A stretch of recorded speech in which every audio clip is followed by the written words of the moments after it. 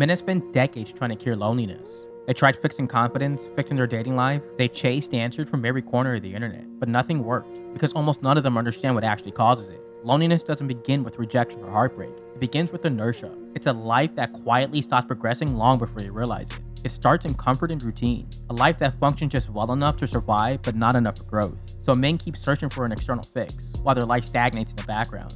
You stayed with the life that was chosen for you. You kept repeating the same decisions while resenting the world for not giving you what you wanted. You hated every second of it, but comfort kept you there. You told yourself you just needed more time, but time didn't wait. Every moment you chose later, your future chose for you. So when loneliness shows up, the damage is already done. There are two primary types of inertia holding men back. If left unchecked, it won't just waste your time, it will quietly kill the version of you that could have existed.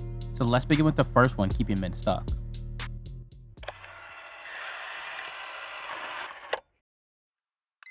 Behavioral inertia isn't collapse all at once. It's repetition.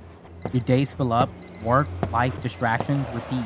Enough motion to feel productive, but not enough direction to change anything.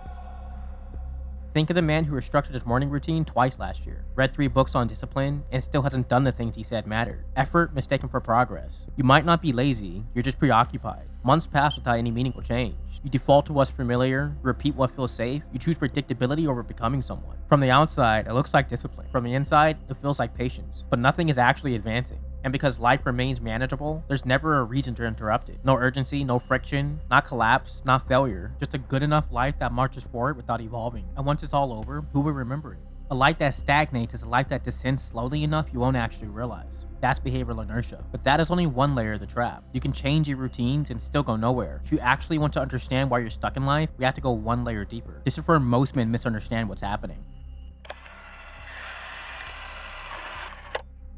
Cognitive inertia is what happens when you begin thinking in a loop. You still consume information, opinions, arguments, but almost all of it serves the same purpose: to confirm what you already decided is true. Your mind doesn't slow down, it becomes addicted to always being right. You're not actually searching for truth anymore. You're hunting for agreement, collecting validation, stockpiling proof that your current worldview is correct. Your mind keeps running, but only inside a room that's completely sealed. It's a hamster wheel of predictable conclusions, recycled opinions mistaken for insight. He watches hours of debate content, absorbing every argument that confirms what he already believed, forwarding clips that proves his point, and hasn't updated a single core conviction in 5 years. He thinks he's informed. He's just well armed for a war he already decided he'd won. The same mental loops over and over, disguised as research or independent thought. You stop updating your beliefs, not because you can't, but because admitting you're wrong would mean an assault on your identity. So your thinking fossilizes.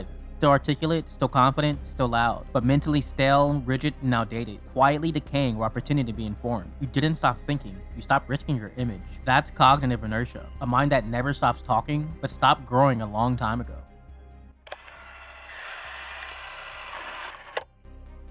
So that's 2 levels of inertia, but behind both of them, there's another layer most people never notice. A background force that's quietly feeding the other 2. Subtle enough to go undetected, operating quietly in nearly everyone, keeping old patterns alive long after they stop making sense. And if you don't address it, it can be even more wild, more destructive than the other 2. And all of this is held together by one final invisible lock: the story you tell yourself. After confusion comes relief. Not relief from pain, relief from no longer having to face your own responsibility. This is what I call the narrative lock. You adopt a story that explains your life in a way that protects your ego. Why you're behind, why things didn't work out again. But the most dangerous version is when it turns outward. When the story becomes the world did this to me. Or the idea that women don't value real men anymore. Or society is rigged for me to fail. Or everything is stacked against people like me. It often shows up as being realistic, or a victimhood complex where protecting your pride feels safer than owning your failures. Slowly, it stops being something you use and becomes who you are. Because if it cracks, you don't just lose an opinion, you have to confront wasted time, missed opportunities, and the possibility that your life stalled because you chose comfort over growth. New information isn't evaluated, it's filtered. Threats to the story that feel personal. Criticism feels like disrespect, and anything that forces self-reflection feels like humiliation. Threats to the story feel personal, not because it's false, but because accepting it would mean feeling shame or letting go of the image you built for yourself. You protect the narrative instead of confronting the truth. At some point, you're no longer defending reality, you're defending your pride and avoiding emotional pain. What started as an explanation turns into a psychological cage. Not stupidity, not ignorance, but ego, pain avoidance, and the refusal to admit you could have lived differently.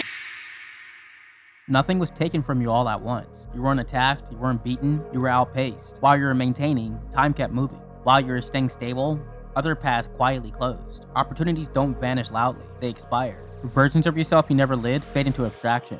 Until one day, You notice the distance between who you are and who you assumed you become. You weren't defeated, you were forgotten by the future you didn't choose. Inertia isn't dramatic. It doesn't announce itself, it doesn't feel like failure, it feels like continuity. It's chosen in small ways every day. Nobody can force you out of this loop. Leaving requires something quieter, the willingness to shed a version of yourself that used to make sense. Inertia only survives when you allow it to become your identity, and most men never catch it. The exit isn't a breakthrough. There's no rock bottom that rescues you. There's no conversation that resets everything. There's just a moment, quiet, private, almost unbearable, where you finally admit the life you've been living stopped fitting you years ago. That's not growth, that's just honesty. And most men fail well before they reach it. That's the tragedy. You're not stuck because the world won't let you move. You're stuck because you've grown comfortable in a version of yourself that no longer exists, and you're still pretending it does. If you want to see what it looks like when a man actually exits this loop, go watch my video on performative versus composed masculinity.